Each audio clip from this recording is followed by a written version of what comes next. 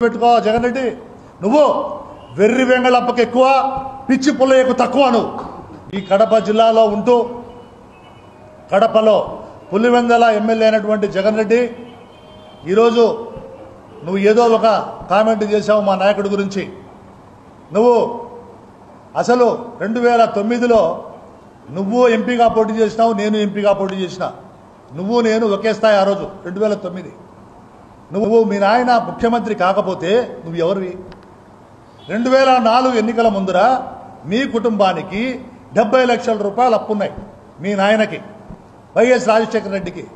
మీదేమైనా జమీందారీ కుటుంబమా? మీ తాత ముత్తాతలు ఏమైనా ఎంపీలు, మినిస్టర్లా? ఏదో పెద్ద ఎక్కువ అవాకులు చవాకులు మాట్లాడుతున్నావు జగన్ రెడ్డి.